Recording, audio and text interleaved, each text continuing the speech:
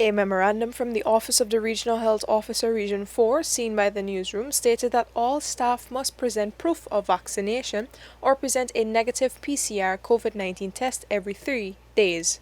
Importantly, it was stated that tests from the Health Ministry's National Public Health Reference Laboratory would not be accepted. On Wednesday, the newsroom asked Health Minister Dr. Frank Anthony about this memorandum, and this is what he had to say. Well, the National Public Health Reference Lab, we are doing tests for persons who are genuinely or who got reasons to come to us to get testing. We are there to do diagnostic tests. We would not be able to do tests for persons who have an option.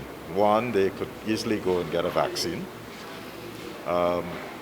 Or if they're required by employment to get a PCR, well then they'll have to do so privately. We just wouldn't have the resources to keep doing tests for persons who don't want to take the vaccine. One PCR test would cost us, the taxpayers of this country, about $100.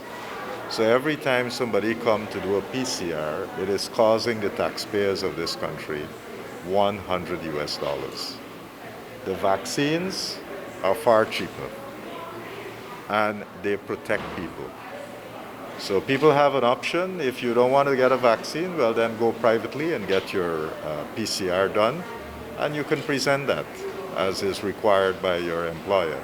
It's not only the public sector that is asking for that, but you have a number of private sector agencies that are asking. Look, the bottom line is that unless everybody take their vaccine, we are not going to get to herd immunity. The minister also made an impassioned appeal for eligible individuals to get their COVID-19 vaccines and protect themselves and their loved ones.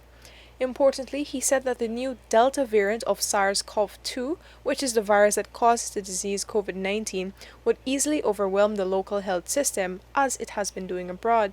The CNN reported that China is grappling with its worst outbreak in months, with more than 300 cases detected in the more than 24 cities across the country.